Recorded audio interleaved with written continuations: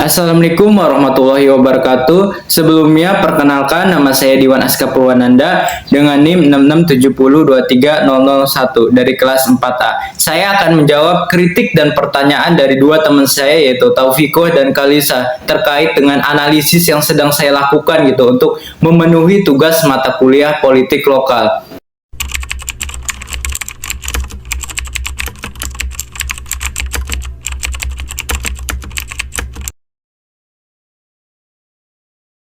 Jadi, kasus Hibits Fantasi yang ada di Puncak Bogor itu merupakan potret nyata dari lemahnya tata kelola pembangunan daerah yang didominasi oleh kekuatan ekonomi non-negara dan minimnya pengawasan birokratis. Jadi, pada mulanya proyek kawasan wisata ini tuh dijalankan oleh PT Jaswita Lestari Jaya, anak perusahaan BUMD pemilik pemerintah Provinsi Jawa Barat, dengan izinnya awal itu hanya seluas 4.800 meter persegi.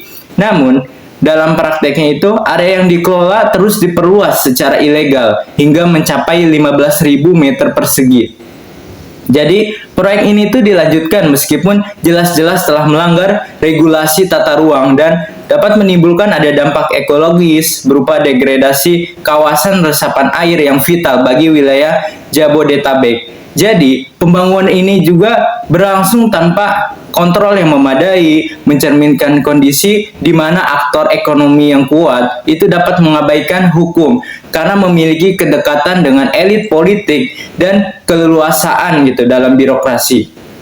Jadi dalam konteks ini, kasus Hibits Fantasi ini memperlihatkan bagaimana struktur negara yang lemah itu menciptakan ruang bagi individu atau kelompok dengan modal ekonomi yang besar untuk menggantikan fungsi negara secara de facto, yaitu sebuah ciri utama dari fenomena local strongman sebagaimana dijelaskan oleh Migdal. Jadi secara analitis, penggunaan teori local strongman dari Migdal sendiri ini menjadi sangat relevan karena menunjukkan bahwa pengaruh Angga Kusnan Kodafi sebagai seorang pengusaha yang juga menjabat sebagai Direktur PT Jaswita Lestari Jaya dan memiliki jejaring bisnis lintas daerah serta posisi penting di HIPMI dan NU itu tidak berasal dari jabatan politik formal, melainkan dari kapital ekonomi sosial dan simbolik yang ia kuasai.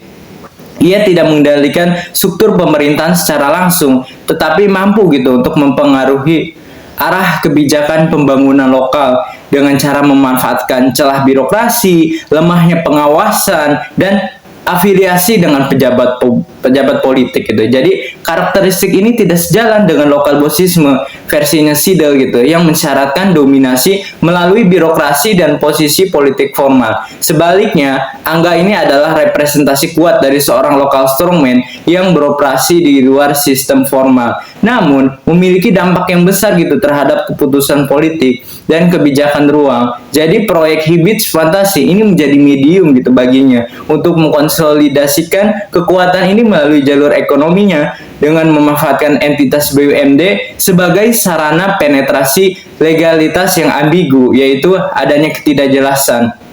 Dan saya juga saat ini sudah melakukan wawancara dengan Dinas PUPR dan masyarakat sipil untuk memperkuat analisis ini. Jadi dalam wawancara saya dengan Bapak Adit sebagai koordinator lapangan Dinas PUPR Kabupaten Bogor, itu terungkap bahwa proyek ini pada awalnya ini merupakan inisiatif Bupati Bogor saat itu namun seluruh kendali administratif diambil alih oleh pemerintah Provinsi Jawa Barat, khususnya di bawah Gubernur Ridwan Kamil. Nah, di mana hal ini memperlihatkan adanya ketidaksinkronan antar lembaga, di mana tanggung jawab pengawasan ini menjadi kabur, menciptakan ruang bagi penyimpanan prosedur.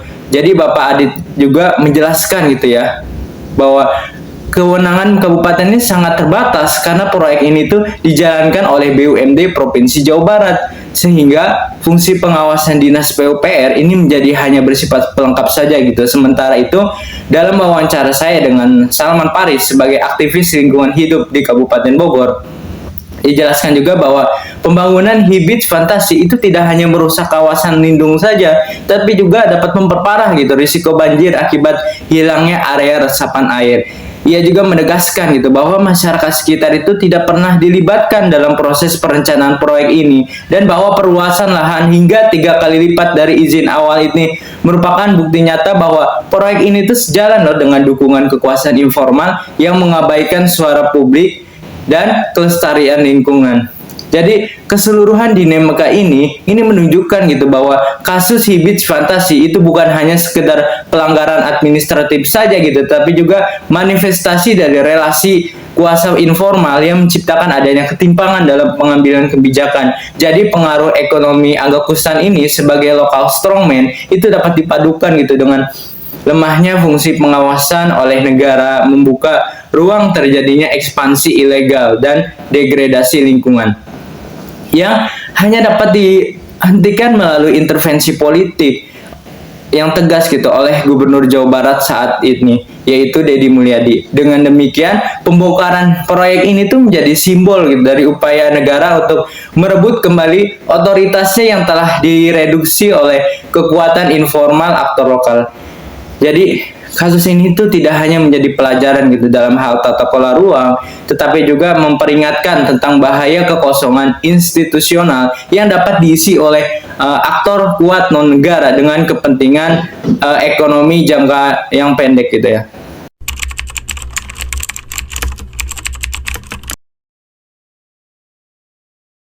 Tentu saja pada kasus ini tuh tidak secara langsung termasuk dalam bentuk desentralisasi pihak lokal, karena kasus Hibits Fantasi ini justru menunjukkan adanya kelemahan dalam praktik desentralisasi, khususnya dalam hal koordinasi antara pemerintah Kabupaten Bogor dan pemerintah Provinsi Jawa Barat.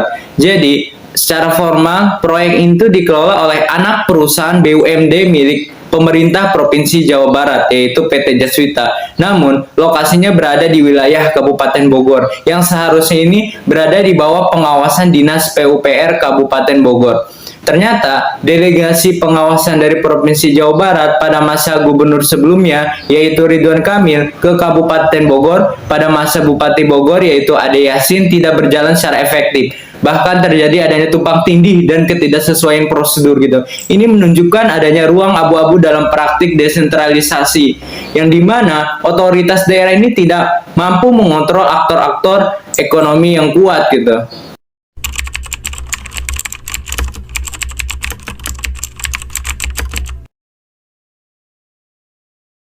Tentu saja, hal ini tidak memberikan efek baik gitu bagi lingkungan sekitar, pemerintah, bahkan masyarakat, tapi justru berdampak negatif karena proyek Hibits Fantasi ini menimbulkan adanya pelanggaran tata ruang, memperburuk daya serap air di kawasan puncak, dan meningkatkan adanya potensi banjir di hilir, yaitu di wilayah Jakarta dan Bogor. Selain itu, perluasan lahan dari 4.800 meter persegi hingga 15.000 meter persegi tanpa izin ini menunjukkan ada lemahnya kontrol dan pengawasan yang berdampak pada rusaknya ekosistem lokal. Jadi, meski proyek tersebut bisa saja berdampak ekonomi jangka pendek melalui pariwisata, jadi secara keseluruhan proyek ini dapat merugikan masyarakat gitu dan lingkungan, serta dapat mencoreng kredibilitas pemerintah daerah.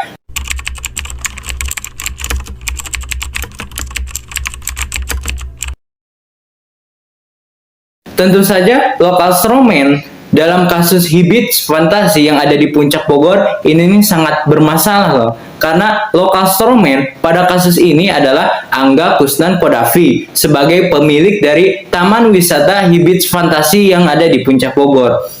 Jadi, meskipun Angga Kusnan sebagai pemilik tidak memegang jabatan politik formal, tetapi dia menggunakan jaringan ekonomi, sosial, dan afiliasi kelembagaan HIPMI dan NU. Jadi untuk mempengaruhi kebijakan dan mendapatkan akses lahan gitu secara ilegal. Nah, tentu saja dominasi aktor semacam inilah justru menjadi tantangan serius gitu dalam tata kelola daerah. Ternyata mereka bisa mengabaikan regulasi karena memiliki kekuatan ekonomi dan perlindungan politik informal. Nah, jadi meskipun tidak selalu melanggar hukum, keberadaan lokal strongman yang tidak terkendali ini dapat mengancam prinsip adanya transparansi, akuntabilitas, dan adanya keadilan sosial.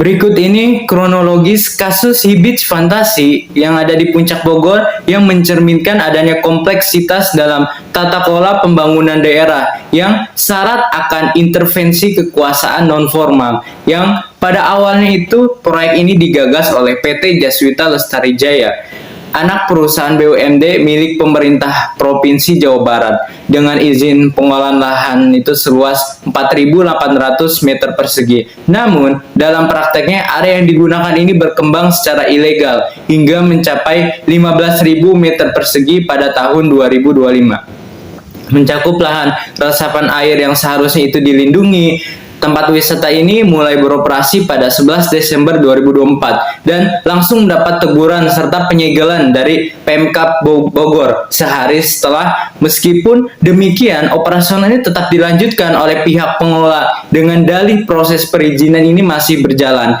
Jadi tekanan dari aktivis lingkungan dan masyarakat sipil ini semakin meningkat seiring dengan dampak ekologis yang ditimbulkan seperti berkurangnya daya serap air dan peningkatan risiko banjir di wilayah hilir yang akhirnya Gubernur Jawa Barat yang baru yaitu Deddy Mulyadi ini mengambil langkah tegas gitu dengan memerintahkan adanya pembongkaran total kawasan Hibits Fantasi pada tanggal 6 Maret 2025 sebagai bentuk penegakan hukum atas pelanggaran tata ruang dan perlindungan kawasan konservasi gitu. Dan tadi juga dengan kritik dari Taufiko yaitu kurang dalam wawancara, tapi saya sudah melengkapi wawancara dengan Dinas PUPR Kabupaten Bogor dan masyarakat dari aktivis lingkungan hidup Kabupaten Bogor. Nah, jadi dalam analisis teoritis, kasus ini tuh sangat relevan dengan konsep lokal strongman dari McDowell dan lokal bossisme dari Siddle. Jadi Angga Kusankodavi selaku Direktur PT Jaswita Lestari Jaya ini mencerminkan adanya tipikal lokal strongman karena ia merupakan aktor non-negara yang memiliki kekuatan ekonomi dan jaringan sosial yang luas gitu, baik dalam dunia bisnis maupun organisasi masyarakat, tanpa harus memegang jabatan politik formal. Ia ini memanfaatkan adanya sumber daya tersebut untuk mengamankan kepentingan bisnisnya di luar kerangka regulasi yang sah. Sementara itu, dalam praktiknya lokal bossisme tampak dalam keterlibatan pejabat politik ini seperti ada Bupati Bogor sebelumnya yaitu Ade Yasin dan Gubernur Jawa Barat sebelumnya yaitu Ridwan Kamil yang memberi adanya kelonggaran perizinan dan membiarkan pelanggaran yang administratif berlangsung gitu. Jadi hubungan patronase antara elit politik dan pengusaha inilah yang menjadi pola umum gitu dalam praktik bossisme yang dimana aktor formal negara ini justru malah memberikan adanya legitimasi kepada kegiatan ekonomi yang melanggar aturan demi kepentingan politik dan ekonomi jangka yang pendek gitu ya. Nah, jadi dalam penelitian terhadap kasus Hibits Fantasi yang ada di Puncak Bogor ini memiliki adanya urgensi yang tinggi gitu dalam konteks kajian politik dan tata kelola pemerintahan daerah di Indonesia. Jadi kasus ini tuh menjadi penting loh karena mampu mengungkap secara jelas gitu ya bagaimana praktik kekuasaan informal bekerja dan secara langsung dapat mengintervensi proses pengambilan kebijakan publik. Jadi melalui analisis ini diperlihatkan bahwa lemahnya pengawasan negara baik di tingkat kabupaten maupun di tingkat provinsi membuka ruang bagi aktor-aktor lokal yang kuat gitu seperti pengusaha dan pejabat untuk menyimpang dari regulasi resmi demi kepentingan ekonomi. Selain itu juga kasus ini juga dapat memberikan bukti empiris yang konkret tentang bagaimana konsep lokal strongman dan lokal bossisme ini tidak hanya berjalan sendiri-sendiri, tetapi justru dapat beroperasi secara simultan, yaitu bersamaan dalam melemahkan prinsip adanya transparansi, akuntabilitas, serta keberlanjutan lingkungan hidup. Oleh karena itu, studi ini tuh sangat penting untuk memberikan adanya landasan teoritis dan praktis guna merancang sistem regulasi dan pengawasan lintas lembaga yang lebih ketat, serta mereformasi pengolahan BUMD agar tidak dijadikan instrumen gitu oleh elit lokal untuk kepentingan pribadinya, tetapi benar-benar berfungsi sebagai pendorong pembangunan berbasis kepentingan publik gitu ya.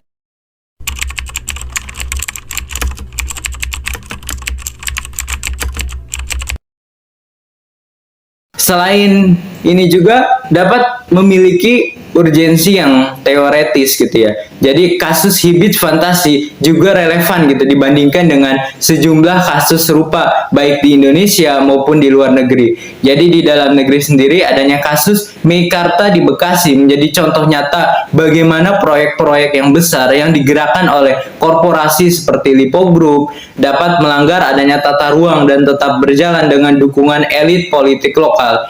Meskipun sempat dihentikan oleh pemerintah pusat karena tidak memiliki izin yang lengkap. Nah, proyek ini tetap menjadi simbol relasi yang erat gitu antara kepentingan bisnis besar dan kekuasaan politik daerah.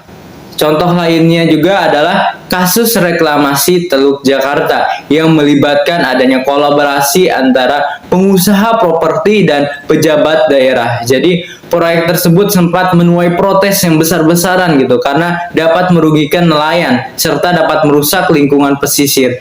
Tetapi tetap dilanjutkan karena kekuatan ekonomi dan politik yang saling menopang. Dan kasus serupa juga di tingkat internasional yaitu dalam praktik lokal bosisme ekstrim gitu. Dapat dilihat pada kasus klan Ampatuan di Maguindanao di Filipina. Sebagaimana dijelaskan oleh John Siddle tahun 1999. Klan ini mengendalikan birokrasi lokal secara otoriter dan bahkan menggunakan kekerasan itu untuk mempertahankan dominasinya.